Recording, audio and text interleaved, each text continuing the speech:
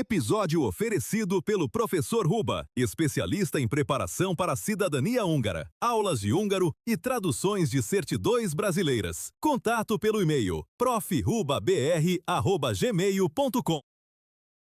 É uma situação, no mínimo, curiosa, se a gente parar para pensar. Imagina alguém que é aclamado como o maior herói de uma nação inteira, o arquiteto indiscutível da modernidade desse lugar, mas tipo, cuja língua principal não era o idioma local. É, era o idioma do império vizinho, na verdade. Exato, e fica ainda mais intrigante quando a gente observa essa figura histórica iniciando o maior projeto cultural do país dele, doando uma fortuna colossal, que era assim, tudo que ele ganhava no ano inteiro, e a motivação principal? Impressionar uma mulher casada. Pois é. Bem-vindos a mais um mergulho profundo no nosso material de pesquisa.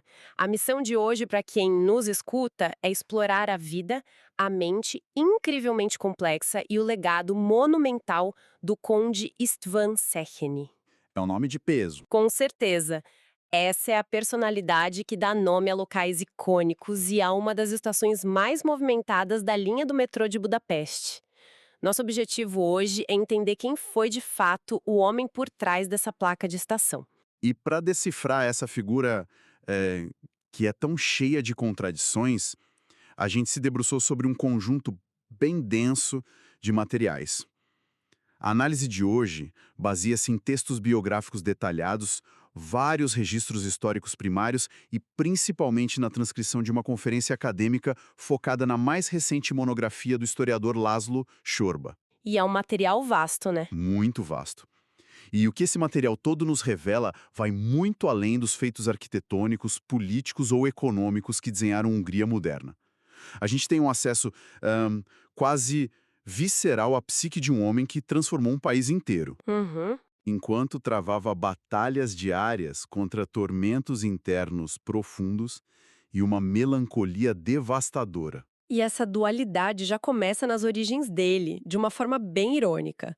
Széchenyi nasceu em Viena, tipo, não em território húngaro, em setembro de 1791. Isso mesmo, no coração do império. Sim. E ele pertencia a uma das famílias aristocráticas mais ricas e politicamente influentes do Império Habsburgo.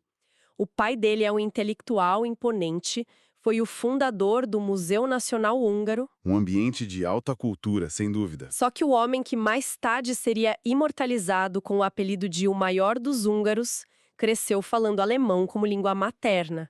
Ele tinha uma dificuldade imensa com o vocabulário húngaro durante boa parte da juventude. E os diários, né? Sim, ele continuou escrevendo seus diários íntimos quase que inteiramente em alemão, até o fim da vida. E essa barreira do idioma é fascinante quando a gente observa o início da trajetória dele. Porque, olha, antes de ser o intelectual das pontes e das academias, ele era um homem de ação pura no campo de batalha. Certo, vamos desvendar isso. Como foi essa fase inicial? Bom, a juventude dele está muito distante daquela imagem clássica de um acadêmico trancado numa biblioteca com livros empoeirados. Com certeza. Seguindo a tradição da alta aristocracia da época e, claro, respondendo à pressão brutal do Império Habsburgo contra as forças de Napoleão Bonaparte, o Széchenyi iniciou uma carreira militar muito cedo. E ele ia para a linha de frente mesmo. Exato. É importante notar que ele não era apenas um oficial de enfeite, daqueles que ficavam na retaguarda bebendo vinho, sabe? Durante as guerras napoleônicas, ele esteve no centro do caos absoluto. Nossa! E na Batalha de Dior, por exemplo, os registros mostram que ele atuou diretamente nas trincheiras como pagador de obras. Ele cavalgava de um lado para o outro sob risco constante de fogo inimigo, coordenando toda a logística ali no meio da lama e do sangue. E tem um momento específico da campanha de 1813 que, para mim, exemplifica bem esse ímpeto quase cinematográfico dele. A Batalha de Leipzig. Isso, a Batalha das Nações. O cenário era de uma carnificina em escala continental. E no meio disso tudo, Chetney recebe a missão de cruzar as linhas inimigas francesas durante a noite. No escuro. Sim, no escuro. Ele literalmente nadou pelas águas geladas do rio Danúbio para contornar as tropas e entregar mensagens vitais a comandantes colossais da época. Pessoas como o general prussiano Blücher e o príncipe herdeiro sueco Bernadotte. Exatamente. E ele conseguiu fazer isso. Essa articulação audaciosa garantiu a chegada de reforços que foram cruciais para a vitória da coalizão contra o Napoleão. O que é fascinante aqui é que um feito desse calibre exigia não apenas coragem física, mas uma frieza tática impressionante. E isso rendeu a ele condecorações de altíssimo prestígio. As medalhas, né? Sim, ele recebeu a Cruz de Mérito Prussiana e a Medalha Russa de São Vladimir. Mas é justamente aqui que a gente encontra o primeiro grande ponto de ruptura na trajetória dele. A questão da promoção? Exato. Apesar de todas essas medalhas e do heroísmo que era inquestionável, a promoção que ele tanto almejava para o posto de major foi negada repetidas vezes. Caramba, depois de nadar no rio congelado? Pois é, a burocracia militar vienese simplesmente o manteve estagnado no posto de capitão. Essa recusa o atingiu profundamente. O ressentimento e a frustração com esse sistema militar engessado serviram como combustível principal para que ele pedisse baixa do exército na década de 1820. Ele percebeu que não ia ter espaço ali. Sim, ele decidiu que a energia dele precisava ser canalizada para algo maior do que ficar marchando sobre ordens de generais que, francamente, não reconheciam o valor dele.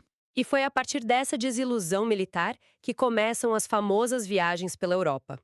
Ele e o grande amigo dele, o barão Miklós Wesselane, embarcam em longas turnês, focando principalmente na Inglaterra e na França. Um choque de mundos. Total. O impacto visual e social da Revolução Industrial Britânica atinge Chetney com uma força brutal. Ele vê um mundo movido a vapor, moinhos industriais, uma rede complexa de canais de navegação, cavalos de corrida puro-sangue e pontes majestosas conectando centros de comércio vibrantes. Quando ele retorna à Hungria, o contraste é quase insuportável. Insuportável mesmo. O choque de realidade foi imenso. A Hungria daquela época estava paralisada no tempo, Congelada. operando sob um sistema estritamente feudal. A nobreza possuía privilégios absolutos, o que incluía, veja bem, a isenção total de impostos. Eles não pagavam nada. Nada. E as terras operavam sobre uma lei ancestral, chamada avicistas, que impedia que as propriedades nobres fossem vendidas ou dadas como garantia para empréstimos bancários. Ou seja, o dinheiro não girava. Na prática, isso significava que não havia capital de giro. Um país sem crédito é um país que não consegue construir estradas, não consegue importar maquinário e não consegue se modernizar. O Chetney percebeu que a Hungria precisava de um choque de infraestrutura e de exemplos práticos, não apenas daqueles lamentos filosóficos nos salões de Viena. Mas a genialidade dessa história toda é que Chetney não era movido unicamente por planilhas econômicas ou pela fria razão do progresso material. Longe disso. Ele era uma figura profundamente passional. A vida amorosa dele, por exemplo, era um turbilhão. Ele chegou a se apaixonar perdidamente pela própria cunhada. Uma situação bem complicada. Muito. Enfrentou rejeições de diversas mulheres da alta aristocracia, até desenvolveu uma paixão absolutamente avassaladora por Crescence Zicke. A condessa. A própria. E o grande obstáculo era que ela já era casada e mãe de 7 filhos. E é essa obsessão romântica que nos leva a um dos momentos mais icônicos da história nacional húngara, a Dieta de 1825. Esse evento é um marco. A Dieta, que era basicamente a Assembleia Nacional da Nobreza, foi o palco de uma quebra de paradigma enorme. Naquela época, o debate político oficial acontecia exclusivamente em latim, que era a língua da administração legal, ou em alemão, a língua da corte de Viena. O húngaro nem entrava na pauta. Não, o húngaro era visto como a língua dos camponeses, totalmente inadequada para assuntos de Estado. Mas aí, de forma completamente inesperada, o Széchenyi pede a palavra e discursa em húngaro. E ele tinha dificuldade com o idioma, lembra? Sim, o que torna o momento ainda mais tenso. E mais do que isso, ele anuncia a doação da renda integral de um ano de todas as suas vastas propriedades territoriais. O que dava uns impressionantes 60 mil florins, uma verdadeira fortuna na época. Uma fortuna destinada à fundação da Academia Húngara de Ciências. Para se ter uma ideia de escala, para quem está ouvindo, essa quantia era o suficiente para sustentar um exército pequeno. E o detalhe mais humano, que ele mesmo confessa nas páginas dos seus diários com uma sinceridade quase dolorosa, é que todo esse gesto grandioso, esse marco fundador da cultura de um país, foi feito em grande parte para impressionar a Crescense. O poder do romantismo. Sim, ele queria provar a ela que era um homem de magnitude, alguém capaz de moldar a história. E a ironia do destino é que a estratégia, de certa forma, surtiu efeito. Anos mais tarde, após o marido de Crescense falecer, os dois finalmente puderam se casar. Olha só. E ela se tornou não apenas a esposa dele, mas uma parceira intelectual e o grande pilar emocional da vida dele. Uma virada em tanto. Sim, mas voltando à esfera pública, a fundação da academia foi apenas o disparo de largada. Széchenyi se tornou o construtor prático do país. Ele entendia que a modernização precisava de infraestrutura civil e social. Foi ele quem introduziu as corridas de cavalos, né? Exato. E fundou o Cassino Nacional, que aqui é bom esclarecer, cassino não significa um local de apostas, mas um clube nos moldes londrinos. Um clube de cavalheiros. Isso, um espaço neutro onde a elite poderia se reunir, ler jornais internacionais e debater reformas fora das amarras da corte imperial. A capacidade de execução desse homem era assombrosa. Ele assumiu o controle das obras de regulação de dois rios selvagens e fundamentais, o Danúbio e o Tisa. Projetos gigantescos. Sim, para permitir a navegação de barcos a vapor em larga escala, ele comandou equipes que usaram explosivos pesados para abrir um canal navegável através das rochas maciças no Portão de Ferro. Ele também trouxe o esporte do remo para o país, numa tentativa de mudar a relação das pessoas com as vias navegáveis. E claro, o ápice incontestável dessa visão de infraestrutura foi a Lánchíd, a famosa Ponte das Correntes. O maior símbolo de Budapeste. Sim, foi a primeira ponte permanente ligando as cidades independentes de Buda e Peste. Até então, elas dependiam de pontes de barcas temporárias, que precisavam ser desmontadas no inverno rigoroso porque o rio congelava. E essa Ponte das Correntes é um marco que vai muito além da engenharia civil. Embora o projeto do engenheiro britânico William Tierney Clark fosse brilhante, a verdadeira revolução estava numa pequena cláusula jurídica embutida no uso da ponte. O pedágio? Exato, o pedágio. Pela primeira vez na história do país, determinou-se que qualquer pessoa que cruzasse a estrutura, inclusive a mais alta nobreza, teria que pagar a tarifa.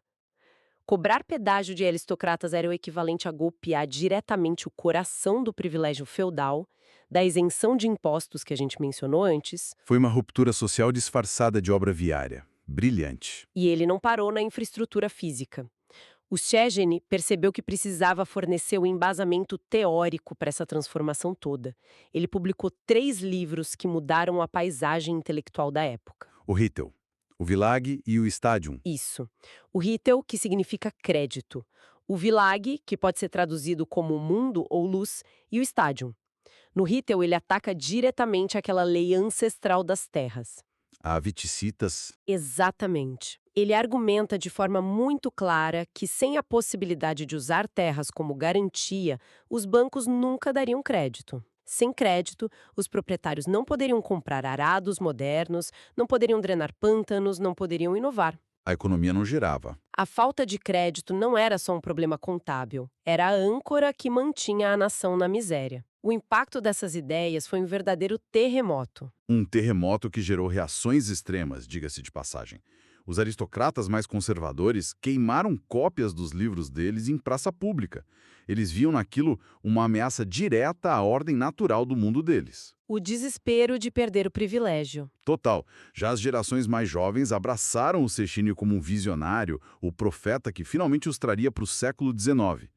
No entanto, É exatamente nesse ambiente de efervescência que surge a grande força antagônica da vida política dele, O seu grande rival. Lajos Kossuth. E é importante fazermos uma pausa aqui para observar esse debate com um certo distanciamento e imparcialidade, para quem está nos acompanhando. Pois esse embate representa o choque de duas filosofias políticas imensas e igualmente válidas dentro do contexto daquela época. E a ironia disso é deliciosa e trágica ao mesmo tempo. Porque foi o próprio Kossuth, um advogado e jornalista brilhante de origem na baixa nobreza, quem cunhou a expressão "o maior húngaro" para descrever o Széchenyi. O apelido pegou. Pegou para sempre. Mas logo esse respeito mútuo se transformou numa oposição ferrenha sobre qual caminho a nação deveria seguir. O duelo entre eles é o exemplo clássico da tensão entre reforma e revolução. O Széchenyi era um aristocrata e um pragmático. Ele queria ir devagar. Isso. Ele acreditava em reformas econômicas graduais, implantadas de cima para baixo. Para ele, a elite aristocrática, desde que devidamente educada e modernizada, deveria liderar o processo. E mais importante ainda, ele defendia ferozmente a manutenção da paz e da estabilidade diplomática com a coroa Habsburgo em Viena. Ele conhecia o tamanho do exército deles. Exatamente, ele sabia do poderio militar do império e temia as consequências de um confronto direto. Ele também mantinha uma visão cautelosa e diplomática sobre as várias minorias étnicas que habitavam o reino. E o Kossuth era o oposto disso. O Kossuth, por outro lado, era a voz do populismo liberal.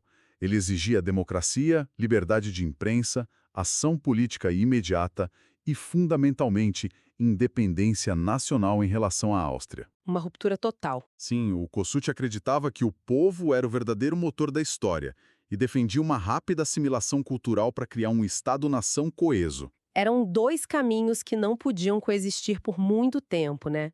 O Széchenyi olhava para aquelas multidões inflamadas pelo Kossuth e viu o prenúncio de um abismo militar, uma guerra que ia terminar num banho de sangue. O Kossuth olhava para os métodos do Széchenyi e o considerava excessivamente cauteloso, elitista e muito passivo diante da opressão de Viena. Se conectarmos isso ao panorama geral, esse debate teórico foi atropelado pela realidade quando a panela de pressão europeia finalmente explodiu. Com a eclosão da Primavera dos Povos, a onda de revoluções de 1848 varreu o continente e chegou à peste. A revolução bateu na porta. Um governo independente foi formado, sob a liderança do primeiro-ministro Lajos Batthyány. O Széchenyi, apesar do seu terror profundo sobre o rumo radical que as coisas estavam tomando e temendo a retaliação armada austríaca, acabou aceitando o cargo de ministro dos Transportes e Obras Públicas. Ele não conseguiu ficar de fora. Ele sentiu que não podia abandonar o navio na tempestade, que era o dever patriótico dele tentar manter alguma racionalidade e continuar o desenvolvimento prático no meio daquele fervor revolucionário. Mas o peso dessa decisão e de todo o contexto ao redor dele foi simplesmente esmagador. O avanço das tropas inimigas e o terror de uma guerra destrutiva tomaram conta da mente dele de uma forma assustadora. Mais do que o medo físico, o que o devorou foi um sentimento de culpa paralisante. A culpa de ter começado tudo. Exato. Ele se convenceu de que as suas próprias ações, aqueles primeiros discursos na dieta e seus livros tinham sido a faísca original que acendeu o incêndio que agora ia queimar a terra dele até as cinzas. Ele acreditava real que o sangue da nação estava nas mãos dele. Em setembro de 1848, esse colapso nervoso atinge o limite. E o declínio mental dele é documentado de uma forma bem angustiante nas fontes que a gente analisou. Ele sofria de insônia severa e começou a ter alucinações aterrorizantes. Ele imaginava rios de sangue correndo pelo Danúbio e cidades inteiras em chamas. É pesado? Muito pesado. É fascinante de uma perspectiva psicológica como a mesma mente capaz de projetar sistemas viários complexos começou a se voltar contra si mesma com tamanha ferocidade. E tem um detalhe que não dá para deixar passar sobre a mente dele, antes mesmo da gente falar sobre a internação. O historiador László Sorba detalha alguns hábitos do Széchenyi que demonstram como ele era quase consumido pela ideia de modernidade e ordem em tudo. A história dos banheiros, né? Essa mesma. A preocupação dele com o saneamento era tão intensa que ele importou tecnologia britânica e instalou os primeiros banheiros com água corrente de todo o Império Habsburgo dentro do próprio palácio dele. Inédito na época. Tudo precisava ser civilizado, limpo, fluido. E, além disso, o hábito de escrever nos diários era quase patológico. Ele documentava obsessivamente absolutamente tudo, desde negociações chatas sobre a largura de uma ponte até os pensamentos mais melancólicos sobre a futilidade da existência humana. Isso gerou montanhas de papéis que são um desafio monumental para os pesquisadores de hoje. E essa compulsão por escrever é o que nos permite entender os últimos anos dele, mas também é o que torna o trabalho médico retrospectivo tão complexo. Após tentar tirar a própria vida se atirando no rio Danúbio a partir da ponte de Barcas, o Széchenyi foi resgatado e levado para uma renomada clínica psiquiátrica em Döbling, nos arredores de Viena. A clínica do Dr. Gurdjieff. Isso. E o historiador Zorba faz um alerta muito importante sobre essa fase. Ele diz que é extremamente difícil aplicar diagnósticos da psiquiatria moderna a figuras do século XIX. Porque os contextos são muito diferentes, claro. Exato. Olhando para a alternância entre aquela energia vulcânica, quase maníaca, que o fez construir canais e pontes, e depois as quedas naquelas espirais de depressão incapacitante e auto-ódio, alguns especialistas hoje sugerem que ele sofria de transtorno afetivo bipolar grave. Mas a ciência histórica exige muita cautela com esses rótulos. O que se sabe com certeza é que a história dele no asilo de Dublin teve um capítulo literário impressionante. Depois de alguns anos mergulhado no silêncio e na apatia ali na clínica, jogando xadrez e caminhando pelos jardins, a neblina mental começou a se dissipar. A mente dele voltou a trabalhar. E ele recuperou grande parte daquela agudeza intelectual. E mesmo confinado, ele não encontrou paz com o Império. Muito pelo contrário. Ao ver o regime neo-absolutista e opressor imposto pela Áustria sobre a Hungria depois que esmagaram a Revolução, ele transformou o quarto dele no asilo numa espécie de quartel-general de resistência literária. Impressionante como ele não parava. Ele redigiu anonimamente um panfleto chamado Einblick, que se traduz como um olhar. O texto era uma sátira demolidora, um ataque brilhante e mordaz contra todo o sistema burocrático austríaco. O material foi contrabandeado para fora da clínica, enviado lá para Londres, impresso lá e distribuído pela Europa inteira. O estrago político foi imenso. E a resposta do Estado não demorou, claro. O regime austríaco não podia tolerar uma humilhação pública desse tamanho. Em março de 1860, as forças policiais imperiais realizaram uma batida abrupta e bem violenta nos aposentos dele lá na clínica de Dublin. Invadiram o quarto dele. Invadiram, reviraram todos os pertences, confiscaram os diários íntimos e os manuscritos políticos inacabados. O diretor da clínica foi informado de que o asilo não ofereceria mais proteção diplomática ou médica ao conde. Tiraram o porto seguro dele. Tiraram. Para um homem cuja estabilidade mental já era frágil e que sofria de uma paranoia profunda, essa invasão foi o gatilho final. A ideia de ser arrancado do seu refúgio, submetido a um julgamento político espetaculoso, atirado numa prisão imperial, ou até mesmo ser assassinado silenciosamente nos porões de Viena, o aterrorizava de forma irreversível. A angústia se tornou insuportável de novo. E na noite do dia 7 para 8 de abril de 1860, no silêncio daquele asilo, Stan Széchenyi cometeu suicídio com um tiro na cabeça. E embora na época, com todo aquele clima de censura e tensão política, tenham surgido inúmeros rumores de que ele teria sido executado por agentes secretos a mando da corte, as pesquisas mais exaustivas e as evidências históricas confirmam sem sombra de dúvida que a ferida foi auto-infligida. As análises forenses dos relatórios da época não deixam dúvidas. Foi o fim trágico e solitário de uma mente incansável. É um encerramento muito doloroso, mas que nos obriga a avaliar o que restou de todo esse esforço hercúleo. Então, o que tudo isso significa? Quando olhamos para as avaliações acadêmicas e biográficas contemporâneas, O saldo final da vida dele é, literalmente, a própria topografia e a infraestrutura de uma nação moderna. O desenho da cidade. A visão teimosa do Sechenho moldou fisicamente o que viria a ser a cidade de Budapeste. A fusão daquelas antigas cidades ao redor do rio Danúbio, a criação de espaços públicos para a sociedade civil, a implementação das instituições de crédito que permitiram o comércio fluir de verdade, tudo isso foi orquestrado por ele. Exatamente. A marca dele está no concreto, no aço das pontes, nas bibliotecas majestosas, na própria Academia de Ciências que ele ajudou a fundar, impulsionado por uma paixão improvável, e, claro, nas avenidas por onde o transporte público corre hoje. O legado dele está embutido até no chão da estação de metrô que leva o nome dele. É algo que transcende os livros de história e faz parte da rotina diária e física de milhões de pessoas. Sim, E é fascinante pensar que essa rotina urbana tão eficiente e ordenada que a gente hoje considera o ápice da racionalidade moderna, foi forjada por uma mente que lidava constantemente com o caos absoluto e a escuridão emocional mais profunda. esse contraste é o que torna o mergulho na história dele tão valioso. E fica um pensamento intrigante para quem nos acompanha.